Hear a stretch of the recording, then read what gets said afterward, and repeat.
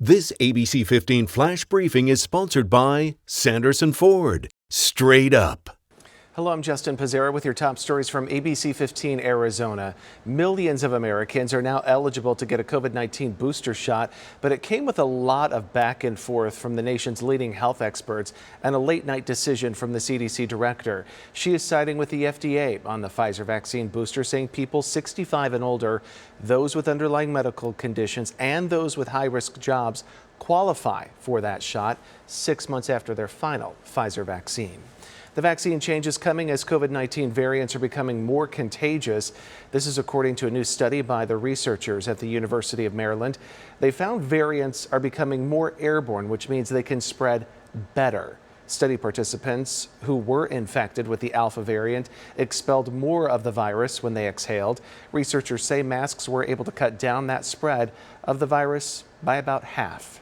And your voice, your vote. It's been about 5 months since vote counting started in the Maricopa County election audit. Now, finally, today, we will get the report from the audit firm Cyber Ninjas.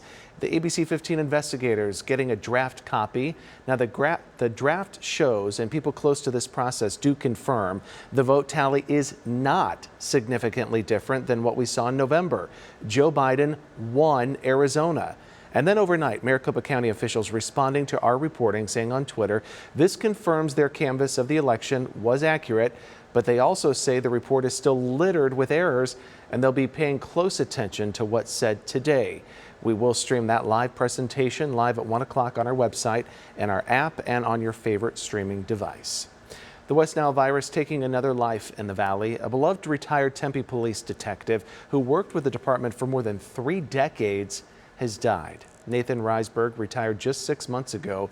He leaves behind a wife and 13 children, many of them adopted after fostering. Reisberg was in a coma for a week and a half, battling West Nile from a mosquito bite. We spoke with his former partner and chief of police. He was just a really compassionate, wonderful human being. I mean, that's just who he was as a person. He was a guy that, loved coming into work. He loved his family, and he loved the community. And those who know him now raising money for his wife and 9 children who still live at home. Flight attendants are demanding action to stop the wave of violence in the air with unruly passengers. Air rage has unfortunately become all too common. I've lost count the times I've been insulted or threatened on a flight simply for doing my job. Nearly 4,300 cases of unruly passengers have been reported this year. Most cases are mask-related. Flight attendants testifying on Capitol Hill this week about it. Now, it comes as a Hawaiian Airlines flight was forced to turn around after a flight attendant was punched twice. He was not seriously hurt. The union says the attack was unprovoked and not a mask dispute. That passenger was arrested. Some workers at Sky Harbor could soon get help covering the cost of child care. The city of Phoenix will offer vouchers and consider opening a child care center on the airport property. A recent survey of companies at the airport found more than 600 employees are interested in child care options at or near the airport. The city council just approved using $4 million in federal funds for those vouchers. Okay, so a heads up for your Glendale glitter fans out there. There is a big change this year. There will still be twinkling lights and decorations, but the city will not be hosting the party-like lighting ceremony. The lights do turn on the Friday before Thanksgiving.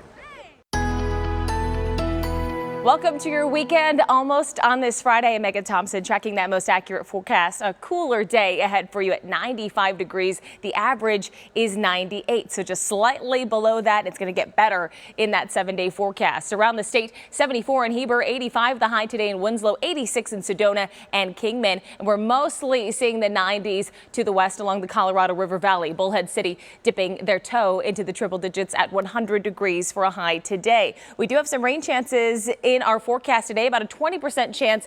The best chance will be later on this evening, but our storm chances really ramp up Saturday into Sunday. 88 degrees for a high on Sunday too. We stay in the 80s through Monday, returning to those 90s on Tuesday at 91 degrees. Storm chances come back on Wednesday. Monsoon officially ends on Thursday.